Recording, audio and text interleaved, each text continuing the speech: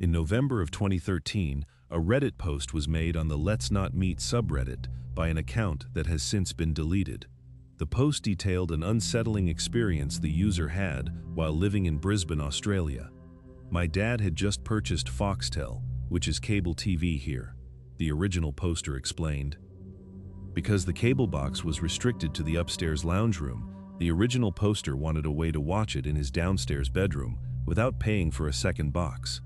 He decided to purchase an AV transmitter, a cheaper, two-part wireless hardware solution designed to send the video signal from the upstairs box directly to his downstairs TV. Alongside the explanation, the first image in the post showed the TV sitting on a dresser in his room. The original poster detailed how he and his sister were the only ones home when he decided to try and set it up. He connected the transmitter upstairs and the receiver downstairs, but it wasn't working. He tried changing the channels and switching around the cables, but nothing happened. Then he remembered that the cable box upstairs wasn't even plugged in, so obviously it wasn't going to work. But unexpectedly, the screen began fuzzing. Slowly, the static cleared, and a live video feed of a bedroom materialized on the screen. Immediately, he pulled out his phone and took a picture. At first glance, he thought it was his own bedroom, prompting him to panic and run upstairs to find his sister. When they cautiously went back downstairs, the TV was still receiving the mysterious live feed. They quickly confirmed it wasn't the original poster's bedroom, nor was it any room in their house. Unsure of how the plugged-in AV receiver was pulling this signal out of thin air, they waited until their parents returned home. When they arrived, the whole family went down to the TV. This time, there was a man visible in the bedroom on the screen, and the original poster snapped another picture. His dad immediately recognized the man. It was one of their neighbors. Somehow, the cheap AV transmitter was intercepting a wireless camera feed originating from the neighbor's house. For a week, they didn't really know what to do, feeling increasingly disturbed by their accidental access to this private feed. The original poster noted that the neighbors were having extensive renovations done, with workers in and out of the place pretty much all day. Then, they checked the TV again. It was still broadcasting the neighbor's bedroom, but this time, they saw the neighbor's plumber. Eventually, the plumber walked right up to the camera, stared directly down the lens, messed with the device, and put it back. The original poster's dad immediately went over to inform the neighbor, who had absolutely no idea what he was talking about. After convincing the neighbor to let him search the room, the dad found the camera completely hidden inside the wall. They immediately called the police. The original poster didn't hear anything more for the next week, but they eventually followed up with the neighbors to ask what came of the situation. Apparently, the police began staking out the house each night. They noticed one car in particular that would always park right next to the property at the exact same time.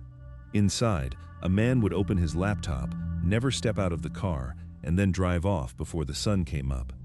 The man was discovered to be the plumber, the same man who had planted the camera. In a final reply comment, the original poster confirmed the man was arrested, ending a terrifying modern-day surveillance nightmare. In 2014, a single mother named Jenny discovered something terrifying hidden within her own phone. She made a post on Reddit titled, "Experience Using Sleep as Android App." The application is designed to help improve sleeping habits, functioning as an advanced alarm that tracks sleep cycles to wake you at the most beneficial time. However, one of its secondary features is that it records audio throughout the night to track sleep talking or snoring. In her post, Jenny explained how she had been using the app for a few months. She would occasionally review the audio files, but all she ever heard were the mundane sounds of herself, coughing, shifting in bed, or mumbling. That was until one night, at exactly 2:04 a.m., when the application caught something entirely different. While going through her recordings to delete them, she found an anomaly and uploaded the audio alongside her Reddit post. In the clip, a distinct male voice can be heard responding directly to Jenny's sleep talking. She clearly asks, "What are you doing?" To which an unknown voice quickly and calmly replies, "Nothing." A few clicking sounds follow, accompanied by a sudden stir, before the voice speaks again, though the second statement remains entirely muffled and unclear. The chilling reality was that the only two people in the house that night were Jenny and her 3-year-old child. Yet the voice captured on the recording was incredibly deep, something that neither Jenny nor her toddler could have possibly replicated. One dedicated Redditor even took it upon themselves to scientifically analyze the audio. In a follow-up post titled, "The voice in the famous sleep app recording is not the woman talking to herself," he broke down the mechanics of the human voice. He provided technical proof that the pitch of the captured voice was completely out of Jenny's natural vocal range. He even reached out to her privately to obtain further vocal samples, definitively confirming his theory. This revelation led many in the community to a terrifying conclusion. Jenny had been the unaware victim of a home invasion. It became widely believed that an intruder was in the middle of searching her bedroom in the dark, freezing when the sleeping woman suddenly spoke, and instinctively replying to avoid waking her fully. The thought of a stranger standing over a sleeping mother and child is enough to make anyone lock their doors twice. But to this day, the truth remains a mystery. The man in the audio clip was never identified, and no one was ever caught.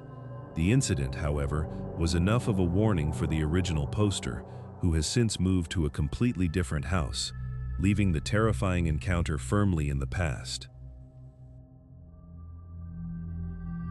In September of 2022, a deeply disturbing confession surfaced on the Off My Chest subreddit. The post, titled, "My mother has poisoned me ever since I became an adult," read less like a standard family grievance and more like a psychological thriller.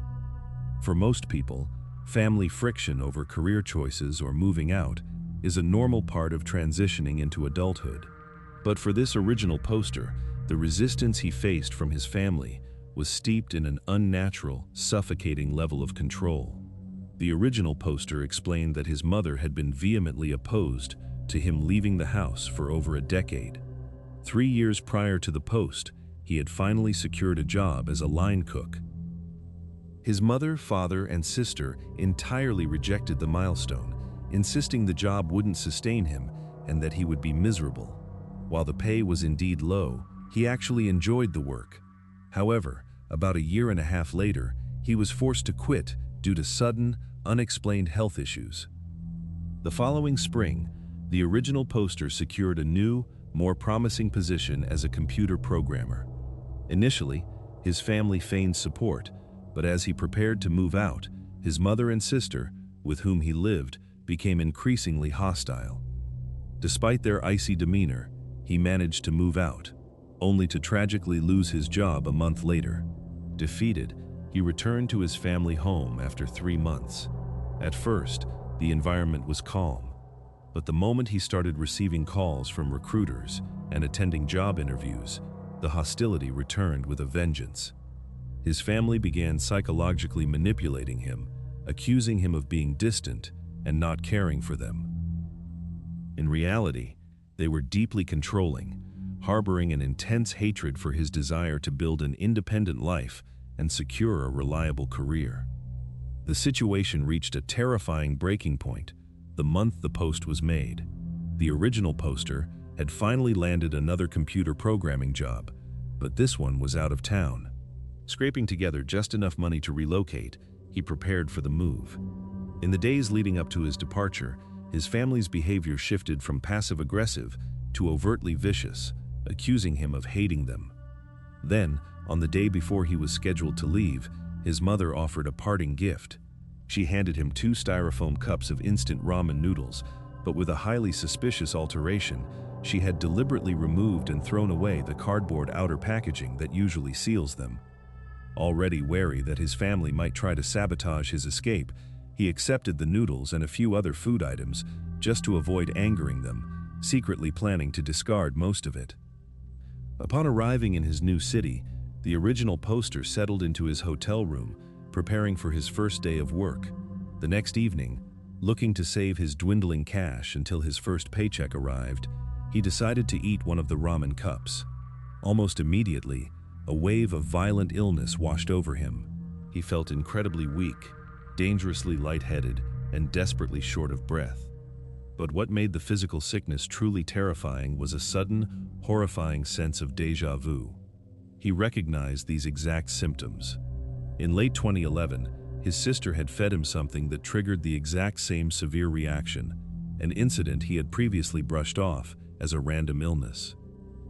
Panicking, he continuously drank water to flush his system, relying on the same method that had helped him recover years prior. Over the next week, the original poster's mother called him relentlessly. But she wasn't calling to ask about his new job or his new city. She was calling to specifically and repeatedly remind him to eat the remaining ramen noodles. He never told her that he had already eaten one. As the pieces clicked together, a horrific suspicion began to take root in his mind. After researching his symptoms online, the original poster arrived at a chilling conclusion. He believed he had been poisoned with cyanide.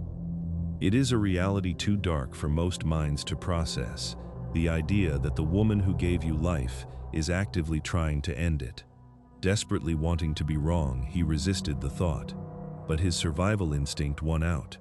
He visited a cyanide testing website, ordered a home testing kit, and tested the remaining ramen cup. The post culminated in a gut-wrenching update. The test was positive. The original poster shared pictures and video results of the test, forcing the Reddit community to witness the undeniable proof. "I guess I'm going to have to call the cops," he wrote, "and I will never speak to my family again." The horrific reality was finally exposed. His family wasn't just sabotaging his independence, they were willing to kill him to prevent it. Thankfully, the dosage in a single cup wasn't lethal, but consuming the second cup his mother had so desperately urged him to eat could have easily delivered a fatal dose. Naturally, the Off My Chest community was horrified. The vast majority of commenters frantically urged the original poster to contact the police immediately and to completely sever ties with his family. The original poster followed their advice, cutting off contact and reporting the attempted murder. However, in a tragic and frustrating end to the saga, he later noted that the police were not as helpful as everyone had hoped, likely due to the difficulty of proving the chain of custody of the noodles across state lines. Nevertheless, the original poster escaped with his life, leaving behind a chilling digital footprint of a family whose love was so toxic it was literally poisonous.